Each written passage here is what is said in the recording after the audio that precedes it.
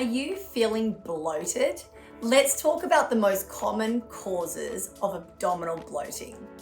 My name's Belinda Kirkpatrick. I'm a naturopath and nutritionist, and it's really important, I think, that we cover bloating because it's something that I talk about in clinic every day. So many people say to me that they feel bloated. Now, don't forget to subscribe to our channel so that you can be notified when we share more videos, okay? So let's get into it. Abdominal bloating. What is bloating? Now, lots of my patients really do confuse bloating, fluid retention, and maybe even weight gain as well. So abdominal bloating is that feeling of fullness in the abdomen or the stomach. It's that feeling of like distension, almost like you want to pass wind or have a bowel movement, go to the toilet, like it feels like that might relieve it. Sometimes it does, often it doesn't. And bloating usually goes up and down. So most people don't wake up bloated. They might get more bloated as the day goes on. Although some people do wake up with that sort of distended, almost kind of like gassy, hard feeling. Now, the other things that it could be, as I said, is fluid retention. So maybe that's more of like a squishy, sort of like waterlogged kind of feeling. So it doesn't feel as related into your digestive system. And then of course there's weight gain. So some people, when they've popped on more weight around their abdominal area, which nobody really wants, often we say, I feel really bloated, but it might actually be that it is sort of weight gain. So if it's abdominal bloating, what could be causing it? Now, there really are so many things. The most sort of common things, I guess, that I see in clinic is constipation, massive. Now, you might even be going to the toilet daily, but if it's small, it's hard, maybe it's incomplete, you could still have a reasonable degree of fecal compaction and actually be constipated, which is what's making that bloated feeling. Food intolerances is a huge one. So many people's bloating miraculously goes away when they work out what they're actually intolerant to. So things like FODMAPs, gluten, dairy, there's so many things you could be intolerant to that are causing this bloated type of feeling. Hormonal imbalances can also cause bloating. Women will often get it before their period, maybe even at ovulation. Pregnancy, early pregnancy often creates that feeling of bloating as well. So hormones absolutely do play a role. Stress. So we've got this vagus nerve that runs from our brain to our gut. It's called a bidirectional nerve. That means that the messages go both ways. So if we're stressed, that actually affects our digestive function. And if our digestive function is not great, that can also make us more stressed. So stress can absolutely increase bloating. As I said, weight gain can often exacerbate the symptoms of bloating. Medication can result in bloating. Overeating and eating quickly, not chewing our food well enough and allowing our digestive enzymes to actually break that food down. So sometimes even just slowing down can help that bloated feeling. So we really can make some changes to our diet, to our routines, and the way that we eat to really minimize these effects of bloating. One of the things that I often recommend is just go onto a warm foods diet for a week or two.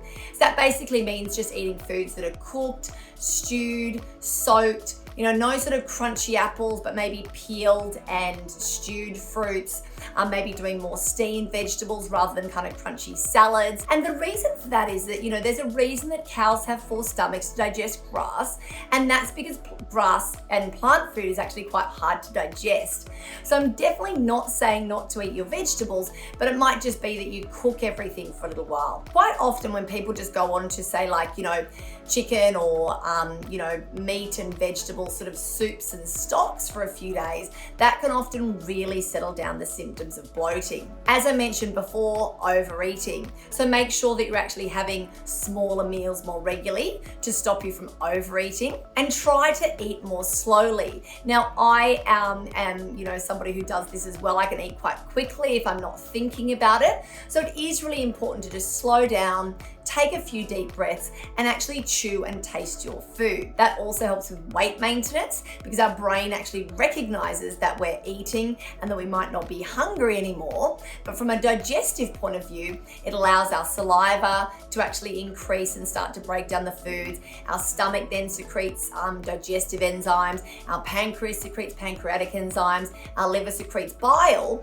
and our digestive system's ready for food. So we're not gulping. The other thing too is that that if you're diluting your digestive enzymes by drinking too much water with your meals, that can also make you feel bloated. So a few sips on water like it was a wine is fine, but trying not to just kind of like, sit down at the end of the day, my goodness, I'm hungry and thirsty, drink, eat. You really want to slow it down and try to drink more between meals. So some of the herbs and supplements that I use in clinic, bloating really does respond really nicely often to diet and lifestyle change, and also then soothing with herbs and supplements. One of the ones I love is marshmallow root. So no, it's not marshmallows. Unfortunately, we can't just toast them and that makes our digestion better.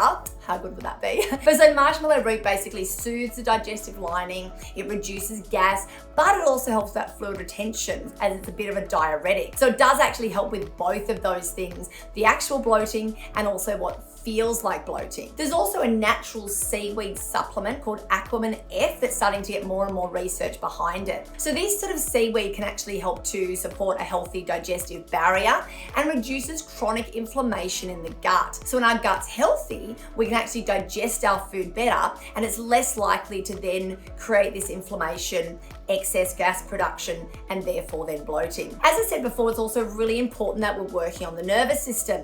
So lemon balm is one of my favorite herbs. So it's basically really good for stress, really good for relaxing, but it also helps with digestion and reduces gas and flatulence. So that's a really nice way to be working on that digestive system and bloating, and also our nervous system at the same time. Licorice root. I'm a huge fan of licorice tea. Licorice root is basically like an antispasmodic. So it reduces that kind of inflammation and digestive cramping that can result in then that bloated, gassy type of feeling. Now, I often put the licorice tea with chamomile, so I get this licorice and chamomile kind of combination. And chamomile, a lot of you have probably heard of, it's quite common.